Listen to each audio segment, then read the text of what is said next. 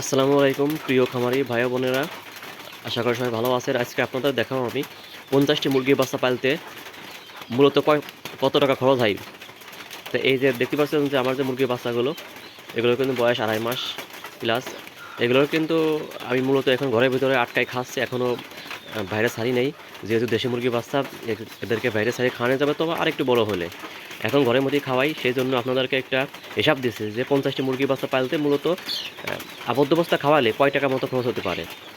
মূলত এদেরকে যদি ফিট খাওয়ানো হয় তাহলে খরচটা অনেক বেশি পড়ে, আর যদি ফিট না খাওয়ানো হয়, গম এবং খুদ খাওয়ানো হয়, তাহলে এসে এদের খরচটা অনেক কম পড়ে।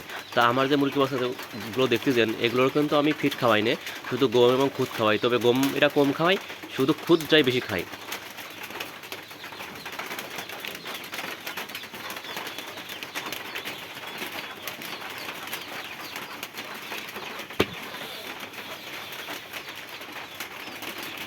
খুদটাই বেশি খাই। খুদ খাওয়াইলে আল্লাহ দিলে তেমন খরচ একটা বেশি পড়ে না। এই যে যেগুলো দেখতে পাচ্ছেন, এগুলো খুদ খাওয়াই, তারপরেও আল্লাহর রহমতে এগুলো কিন্তু গ্রোথ ভালো আছে। তা আমার এগুলো খরচ কম পড়ে। 1 কেজি খুদ লোকাল বাজার থেকে 35 টাকা করে কিনি।